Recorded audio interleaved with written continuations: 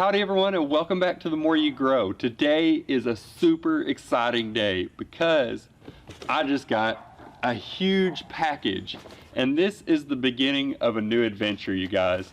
What I just got in the mail are my first set of fruit trees. So I thought I would unbox this with all of you, show you all the trees that I got for the first 2 blocks that we set up in the last video, and I'll go over the plants that I got in here, and I'll talk about how to care for these trees until you can get them in the ground. So let's go check it out.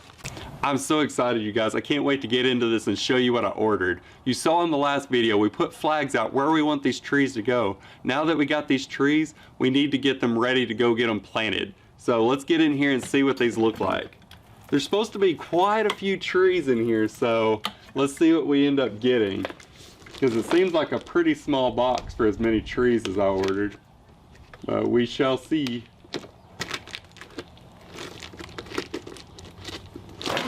Okay, let's cut down here. Being careful all the way.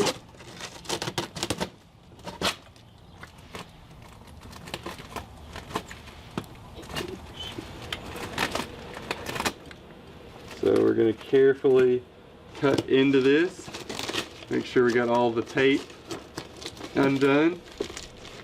There's some more right there.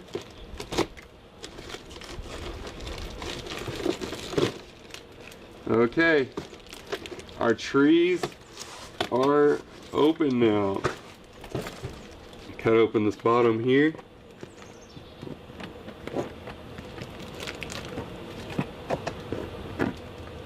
It's crazy. At least they got it packaged well. There we go.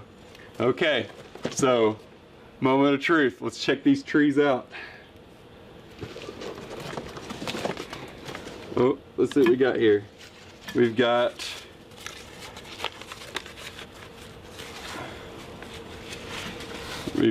our list of trees that we got here. And we actually got a free tree in here as well. So I'll leave that as a surprise till last. They include all the plants that I ordered, which is good. Set that up there. And as you can see, they wrap these trees very nicely in this box. I got these from Lake Creek Nursery.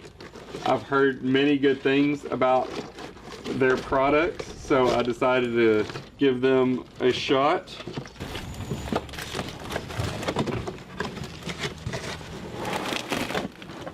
Alright, so we're not going to unwrap all these for a reason.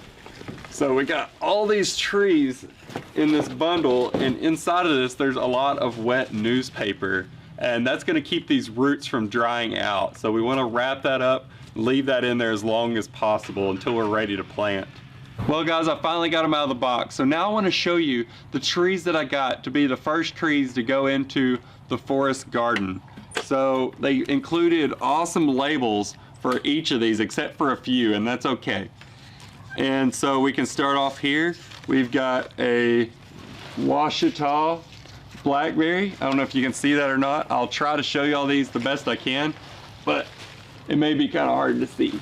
So I got a Washita blackberry. These are great blackberries. They're large, extra sweet berries produced on thornless canes, and great disease resistance is what the label says. So that's going to be a good thornless variety. And then the other one I have is Apache, and these are very prolific, producing high yields and larger, glossier black fruit than other erect thornless varieties. So we have another 2 thornless blackberries. We also have a Fuyu persimmon. If y'all haven't had a Fuyu persimmon before, or haven't had a persimmon at all, I highly recommend these because I've had what they call the astringent variety. There's a difference between persimmons. There's an astringent variety, which means that they're extremely bitter and have an astringency until they're fully ripe. And at that point, they're usually pretty mushy. They're pretty soft. Then there's the non-astringent varieties like Fuyu, which you can eat them while they're still crispy and they're super sweet. So a big thing with me and persimmons is persimmons, I haven't been a big fan of them in the past because I can't stand the texture. They're very soft, very mushy. I can't stand that. Ugh. But when I tried a Fuyu persimmon, I fell in love. They're crispy like an apple, super sweet, and they're almost like nectar. That's the only way I can really describe the flavor of these persimmons. And so if you haven't had one before, check out your local grocery store or maybe even order a tree yourself because they're absolutely amazing and I highly recommend it. So we have our Fuyu persimmon. They're very ornamental. Bright orange scarlet fruit remain on the tree through fall and wonderful fall foliage color. That's going to be absolutely beautiful. The next thing that we have is a red skin peach. This is a yellow variety of peach. I've got two different varieties of peach in here, two different kinds. And the red skin peach says it produces a firm yellow fleshed fruit, has deep red skin. Excellent flavor, perfect for eating fresh, storing, or canning, and it's 750 chill hours. With fruit trees, chill hours are very important, and I'll talk about this a little bit more as I plant these trees out. Chill hours are what determine when the buds will start breaking. They have to have a certain amount of chill hours, like this one's 750. They need 750 hours between, I believe, 40 and 32 degrees, so they have to have that chill. And so our next one is a harvester peach. It's another yellow peach. It says a reddish yellow fruit with yellow sweet flesh, free stone, self-fertile, perfect for eating fresh or baking. And this is a 700 chill hour. And our next one we will go with is our Warren pear. This is a wonderful looking pear. Produces sweet and juicy fruits with no grit cells. If you've ever eaten a pear, you feel those gritty sclerids, I think that's what they call them, but it's kind of the gritty particles in a pear. So it has no gritty cells. These are medium to large in size, resistant to fire blight, which is a disease that affects things like apples and pears that can kill a tree really easily. So it's good that this is resistant to fire blight. It's self-pollinating and it needs 600 chill hours. So it needs less than the peaches. Let's see where our next one is. We've got some tags up top here. So we have a moonglow pear. It says they're a large fruit, similar in appearance to a Bartlett, soft and juicy flesh, good fire blight resistance, so that's good. We have that again. And it's a good pollinator for other pear varieties and needs 500 chill hours. So this is going to be a good one if you have other pears. It's a good pollinator to help increase your yields. And I decided to try a little experiment. I don't know how well these are going to do, but we're going to give it a shot. We have a Granny Smith apple. Everyone knows the green apples, green apple Granny Smiths, but I'll read it anyways. It says it's a popular apple valued for its crisp and tart flavor, medium-sized fruit with green skin with white dots, great in milder winter areas, self-pollinating, and needs 400 chill hours. So this is a good one for if you're in warmer areas that don't get a lot of chill hours, because apples a lot of times need quite a few chill hours. We're in a 800 to 1000 chill hour zone, and you can look up your zones online through something like USDA. They'll have a zone map of how many chill hours your area gets. So be sure to check into that before you get trees. I can't stress that enough. Before you buy fruit trees, know what chill hours you get in your area and match the chill hours of your fruit to the chill hours in your area. So our next apple is a Honeycrisp.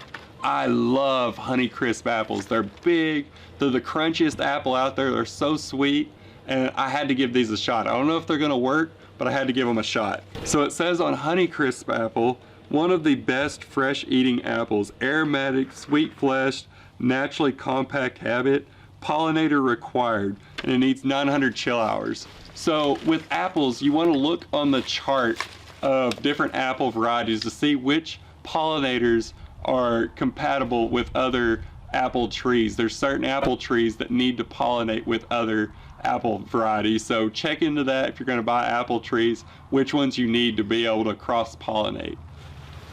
So we've got that. One of the ones that are in here that aren't labeled is I've got a lot of Belle of Georgia peaches. They are a white variety of peach. If you haven't had a white variety of peach, oh my goodness, it's almost like a real version of peach rings. They're so sweet and it's like candy. They're sweet, they're juicy. I fell in love with them just recently and I can't go back. They are an amazing peach. If you haven't had a white variety of peach, look for them or start your own tree. And in here, they actually included a free tree. They included a Chickasaw plum in here. I believe that is a native variety of plum, which that'll be interesting. We can add that to the forest garden. Now that I've gone over what fruit trees I got in this shipment, let me tell you a little bit how you care for your bare root trees until you get them in the ground. When I say bare root, what I mean is these trees were planted in the ground and the nursery dug them up to ship them to me, and they've been out of the ground maybe just a day or two. So the biggest things you want to keep in mind is you want to keep these roots moist. So they wrapped them in this plastic down here, and inside of that there is some wet newspapers of some kind down there to keep these roots moist. You want to leave this on for as long as possible until you're ready to plant. And I'll be doing a whole video on how to plant bare root trees in the next episode. The next thing you want to be able to do is you want to keep these trees cool. You want to make sure that they stay around 40 degrees if possible. So putting them in an unheated garage or in an unheated basement, somewhere where they can stay around 40 to 50 degrees, but around 40 is optimal.